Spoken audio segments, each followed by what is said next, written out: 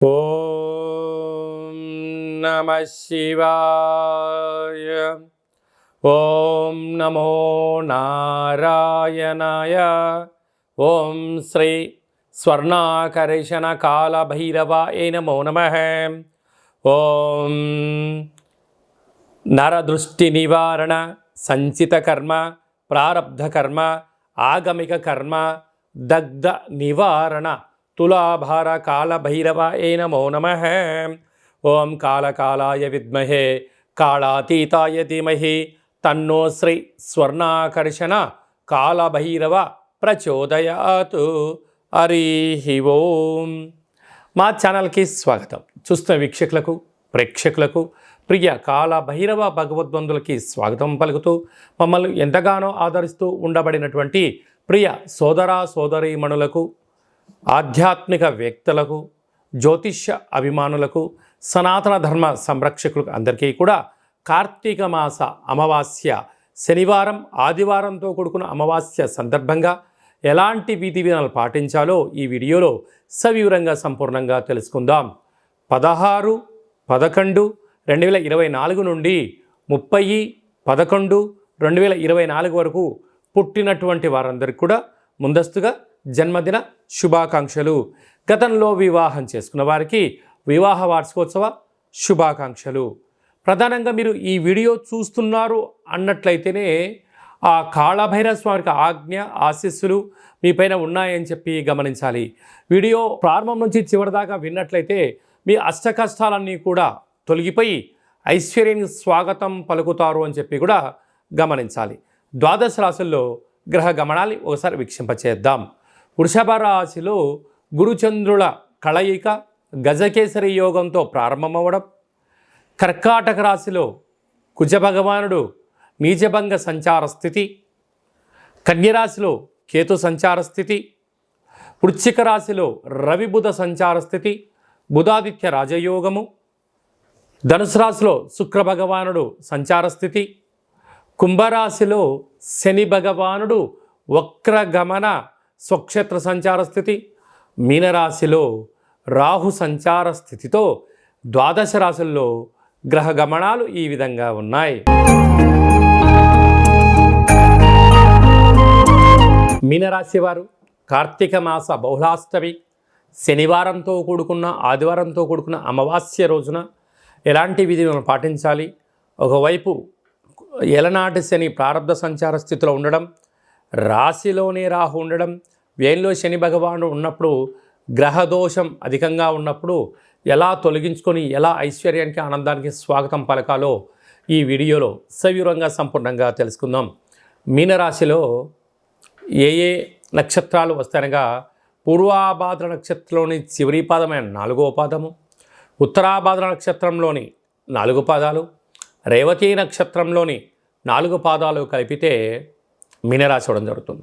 చాలామందికి పుట్టినటువంటి కాల సమయంలో డేటా బర్త్లు లేనటువంటి కారణం వలన పేరు యొక్క మొదటి అక్షరాన్ని అనుసరిస్తూ ఆ రాశిని తెలుసుకునే ప్రయత్నం చేద్దాం. దే, దు, షం, జా, ధా, దే, దో, చా, చి అక్షరాల వారందరూ కూడా మీనరాశి జాతకులు. మీనరాశి యొక్క అధిపతి దేవగురు బృహస్పతి. వీరికి రాశిలోని రాహు, తృతీయంలో గురు సంచార స్థితి, 5వ స్థానంలో కుజుడు నీచభంగ రాజయోగంలో ఉండడం, 7వ స్థానంలో కేతు సంచార స్థితి, భాగ్యస్థానంలో బుధాదిత్య రాజయోగము, రాజ్యస్థానంలో శుక్రుడు, వ్యయంలో శని భగవానుడు. అంటే 5 గ్రహాలు యోగించడం, 4 గ్రహాలు అనుకూలంగా లేకపోవడం వలన చిన్న చిన్న విషయాలలో ఒత్తిడి.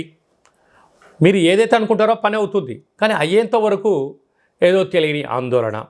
కష్టే ఫలి అంటే ఎంతో కష్టపడితే కానీ ఆ పని అవ్వకపోవడం. పని అవుతుందనే విషయం తెలుసు మీకు, అయినా అనేక రకాల ఆటంకాలు, అనేక రకాల ఇబ్బందులు. అందుకే చెప్తారు పెద్దవారు, సత్కర్మ చైవ సత్ఫలితః దుష్కర్మ చైవ దుష్ఫలితః అంటారు. గతంలో మీరు మంచి చేసి ఉండింటే ఇప్పుడు మీకు ఆ పుణ్యము భక్తి దానం ఉపయోగపడి విజయం మీ సొంతం అవుతుంది. గతంలో ఏమైనా అనుకూలంగా లేని పనులు చేసినట్లయితే ప్రతి వ్యతిరేకమైన పరిస్థితులు వచ్చి మీరు ఏదైతే అనుకుంటారో అవి జరగకపోవడం, అనారోగ్యము, ఇబ్బంది పరిచే పరిస్థితి ఉంటుంది. మీ జన్మ నక్షత్రం రోజున అష్టమి, చతుర్దశి, అమావాస్య తిథుల యందున దూర వాయు జల ప్రయాణాలు పెట్టుకోవద్దు. అదే కాకుండా యంత్రాలతో ఆయుధాలతో చెలగాటం ఆడవద్దు. బ్యాంకు లావాదేవీలు, ఓటీపీలు తస్మాత్ జాగ్రత్త. కనుక వృత్తులలో, ఉద్యోగాల్లో, వ్యాపారాల్లో మంచి కాలము రాబోతుంది. సహ ఉద్యోగస్తులతో, తల్లిదండ్రులతో, గురువులతో, తోటి వారితో మీరు వీలైనంత వరకు ధర్మ మార్గంగా ఉండండి. చిరునవ్వుతో ఉండండి. వేలకు తినండి. వేలకు సూర్య నమస్కారం చేసే ప్రయత్నం చేయండి. పక్షులకు, జంతువులకు ఆహారాన్ని దానం చేసే ప్రయత్నం చేయండి. కర్మను దానం చేసుకోవడం వలన లేని అదృష్టం మీ సొంతం అవుతుందని చెప్పి గమనించాలి. ఇలాంటి కాల సమయంలో వీలైనంత వరకు మనకి ఇప్పుడు అయ్యప్ప స్వామి మాలలు వేసుకునే కాల సమయం కనుక వీలైతే అయ్యప్ప స్వామి మాల వేసుకోవడం, లేకపోతే గురుస్వాములకు కానీ ఆ అయ్యప్ప స్వాములకు పాదపూజ చేయడం, వారికి పూజా కార్యక్రమం చేసుకుంటే వారికి సేవా కార్యక్రమం చేయడం, భిక్షను ఏర్పాటు చేసుకోవడం, తిన్న తర్వాత ఆ యొక్క స్వామివారి యొక్క సేవను మీరు సేవ చేయగలిగినట్లయితే అయ్యప్ప స్వామివారి యొక్క సేవలో, పల్లకి సేవలో కానీ పూజా కార్యక్రమంలో పాల్గొనడం వలన గ్రహదోషం తొలగి ఐశ్వర్యం యోగం మీనరాశి వారి సొంతం అవుతుందని చెప్పి గమనించాలి. ముఖ్యమైనటువంటి పండగల గురించి, తిథుల గురించి సవివరంగా, సంపూర్ణంగా, క్లుప్తంగా తెలుసుకుందాం. 23వ తారీఖున కార్తీక మాస బహుళ అష్టమి శనివారం రోజు సందర్భంగా కాళభైరవ స్వామివారి యొక్క స్వర్ణాకర్షణ కాళభైరవ స్వామి యొక్క ఆశీస్సుల కోసం కూష్మాండ దీపము, పూజ, దానము, సునకపు మహారాజు గారికి, పక్షులకు, పక్షిరాజు అయినటువంటి కాకిరాజ వారికి ఆహారాన్ని దానం చేయడం వలన శని దోషాలు, మృత్యు దోషాలు, అపమృత్యు దోషాలు తొలగిపోతాయని చెప్పి గమనించగలగాలి. 29వ తారీఖున మనకు మాస శివరాత్రి, 30వ తారీఖున శనివారము, అలాగే డిసెంబర్ 1వ తారీఖున ఆదివారం అమావాస్య. అంటే మాసాంతము, అంటే కార్తీక మాస పాడ్యం నుండి చివరి వరకు అందరికీ దీపం పెట్టడం కానీ, అభిషేకం చేసుకోవడం కానీ, సాలగ్రామ దానం చేయడం కానీ, దీపదానం చేయలేని పరిస్థితి కొందరికి ఉన్నప్పుడు ఈ అమావాస్య రోజున మనం చేసేటువంటి పూజ, యజ్ఞము, యాగము, అభిషేకము, దానము, మంత్ర స్మరణ వలన అద్భుతమైన యోగం కలుగుతుంది అని చెప్పి గమనించాలి.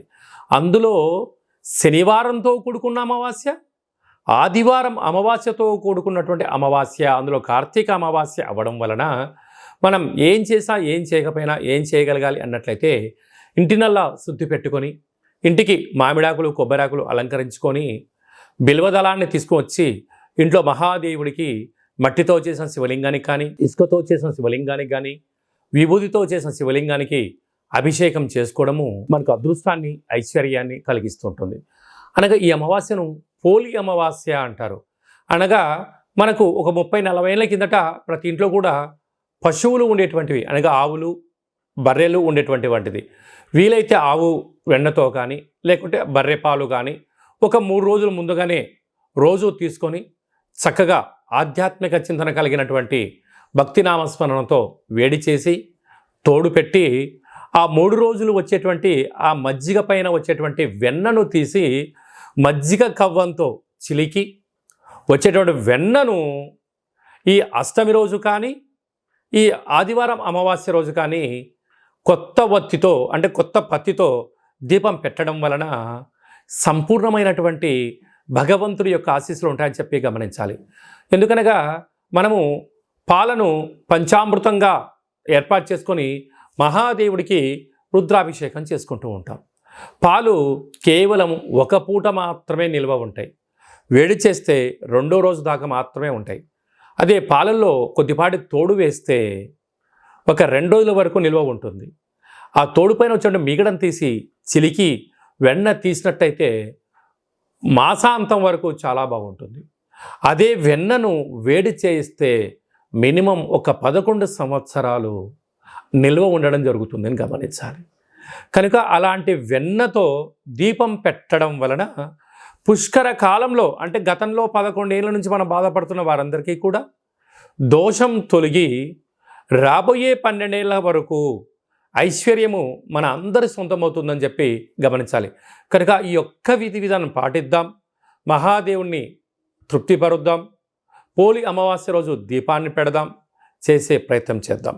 మీకు అలా కుదరలేదు అనుకుంటున్న వారందరూ కూడా మీ యొక్క గోత్రనామాల్ని పంపించినట్లయితే మీ పేరు పైన పాలును తీసుకొని తోడు వేసి పెరుగును చేసి చిలికించి ఆ యొక్క వెన్నతో దీపాన్ని పెట్టి మీ గోత్రనామాలతో పూజ చేసి మీకు ఇదంతా కూడా వాట్సాప్ కాల్ ద్వారా వీడియో కాల్ ద్వారా చూపించి స్వామివారి యొక్క ప్రసాదాన్ని మీకు ఇంటికి కొరియర్ చేయడం జరుగుతుంది అని చెప్పి గమనించాలి.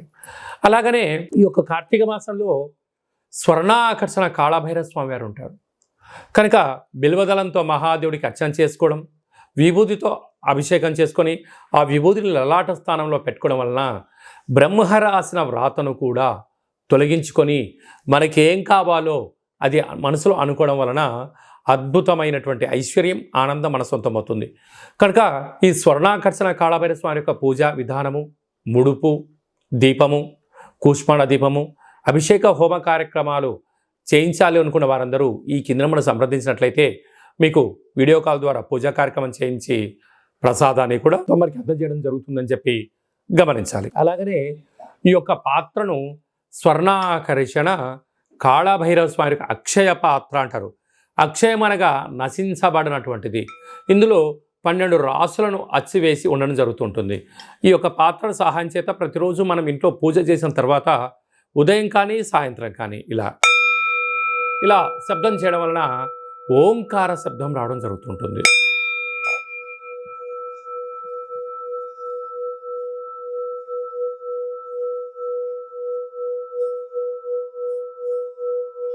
ఈ ఒక ఓంకార శబ్దం రావడం వలన ఇంట్లో ఉండబడినటువంటి జ్యేష్ఠాదేవి బయటికి వెళ్ళిపోవడం, గ్రామంలో, రాష్ట్రంలో, దేశంలో సంచరించేటువంటి మహాలక్ష్మీదేవి అమ్మవారు గళ్ళు గళ్ళుమంటూ మన ఇంటికి రావడం జరుగుతుంటుంది. ఈ అక్షయ పాత్ర, ఓ కాళభైరవ స్వామి యొక్క పిరమిడు, డాలరు, కంకణము, ఒక 27 రకాల వస్తువులతో దిష్టి తీయించి మీకోసం ప్రత్యేకంగా పూజ చేయించి ఈ పూజా కార్యక్రమంతో కూడా వాట్సాప్ కాల్ ద్వారా మీకు వీడియో కాల్ చేయించి కొరియర్ ద్వారా తమకి అందజేయడం జరుగుతుంది. కనుక మనమందరం కూడా ఇంట్లో కాళభైరవ స్వామిని స్మరిద్దాం, అక్షయపాత్ర ఉంచుకుందాం, అష్ట కష్టాలకు స్వస్తి పలుకుదాం, అష్ట ఐశ్వర్యకి స్వాగతం పలుకుదాం, సకల దుష్టగ్రహాలు, నరదృష్టి, సకల కర్మ దోష నివారణ కలుగుతుందని చెప్పి గమనిద్దాం. స్వామివారి యొక్క అక్షయపాత్రను ఇంట్లో ఉంచుకుందాం. ఇంకనూ మనం విజయం సాధించగలగాలి అన్నట్లయితే అప్పు చేసైనా ఉప్పు తెచ్చుకొని భోజనం చేయమన్నారు. కానీ ఇప్పుడు ప్రస్తుత కాలమాన ప్రకారంగా అనేక రకాలుగా మనం అయోడిన్ ఉప్పని, శుద్ధి కలిగిన ఉప్పని చేస్తూ ఉంటాం. సైంధవ లవణం అంటే అదే ఇంగ్లీష్కి వచ్చే లోపల హిమాలయన్ పింక్ రాక్ సాల్ట్ అంటారు.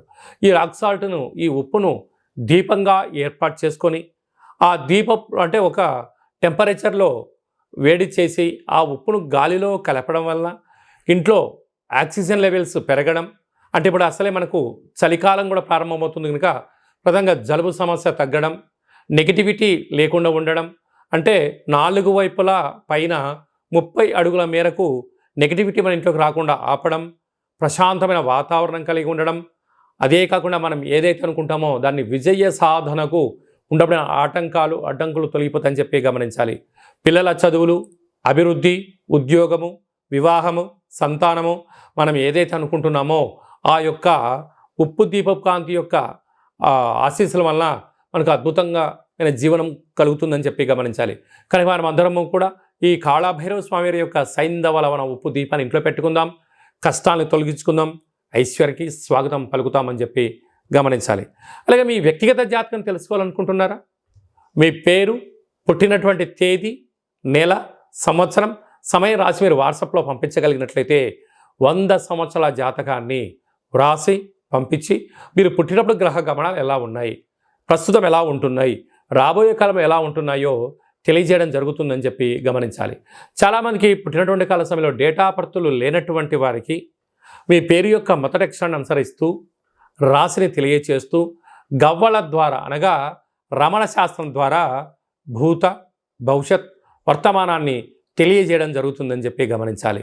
కనుక అపాయింట్మెంట్ తీసుకొని సంప్రదించగలిగినట్లయితే మీ యొక్క జాతకాన్ని సంపూర్ణంగా చెప్పి మీ యొక్క గోత్రనామాలతో కాళభైరవ స్వామి దగ్గర దీపము, అలాగనే విశేషమైనటువంటి ముడుపు కట్టి మీకు వీడియో కాల్ కూడా చూపించడం జరుగుతుందని చెప్పి గమనించాలి. మీ భార్యాభర్తలు తరచుగా గొడవ పడుతున్నారా? జాతకంలో ఏమైనా దోషాలు ఉంటే ఇలా జరుగుతుంటాయి. కనుక ఎందుకు గొడవ పడుతున్నారు, ఎందుకు పోలీస్ స్టేషన్ల దాకా వెళ్తున్నారు, ఎందుకు కోర్టు సమస్యలో బాధపడుతున్నారో మీ యొక్క పేర్లలో స్వల్పమైన మార్పులు చేయడం వలన అద్భుతమైన ఆనందం కలుగుతుందని చెప్పి గమనించాలి. మీ అబ్బాయి కానీ అమ్మాయి కానీ తరచూ వివాహ ప్రయత్నం చేస్తుంటే అవ్వట్లేదా? ఎందుకు అవ్వట్లేదు? జాతకంలో ఎలాంటి యోగం ఉంది, ఎలాంటి దోషం ఉంది కూడా తెలుసుకుందాం. ఎవరికైనా కాళభైరవ మంత్ర స్వాధన ఎలా చేసుకోవాలి, చేసుకోవడం వల్ల సాధన చేయడం వల్ల ఎలాంటి ఫలితాలు ఉంటాయి అనేటువంటిది కూడా మన యొక్క దేవాలయంలో శిక్షణ ఇవ్వడం కూడా జరుగుతుందని చెప్పి గమనించాలి. అందరిపైనను శ్రీ స్వర్ణాకర్షణ కాళభైరవ స్వామి ఆశీర్వాదాలు ఉండాలని కోరుకుంటూ ఆశీర్వచనం. నమస్తే అస్తు భగవన్ విశ్వేశ్వరాయ మహాదేవాయ త్రయంబకాయ త్రిపురాంతకాయ త్రికాగ్నికాలాయ కాలాగ్ని రుద్రాయ నీలకంఠాయ మృత్యుంజయాయ సర్వేశ్వరాయ సదాశివాయ శ్రీమన్మన్మహాదేవాయ నమో నమః. శతమానం భవతి శతాయుః పురుష సతేంద్రియ ఆయుష్యేవేంద్రియే ప్రతితిష్టతి. ధనం ధాన్యం బహుపుత్రలాభం శత సంవత్సరం దీర్ఘమాయుః. సర్వే జనా సుఖినో భవంతు, లోకా సమస్తా సుఖినో భవంతు. సర్వం శ్రీ స్వర్ణాకర్షణ కాళభైరవ దేవతార్పణమస్తు. హరి ఓం. ఈ వీడియో మీకు నచ్చినట్టయితే ఒక చిన్న లైక్ చేయండి, షేర్ చేయండి. మీరు ఎవరి క్షేమాన్ని కోరుకుంటున్నారో, మీ క్షేమాన్ని ఎవరైతే కోరుకుంటున్నారో వారందరికీ కూడా కాళభైరవ స్వామి వారి యొక్క ఆశీస్సులు కలగాలని కోరుకుంటూ ఫార్వర్డ్ చేసి హిందూ ధర్మాన్ని కాపాడండి, భగవంతుడి యొక్క ఆశీస్సులు పొందండి.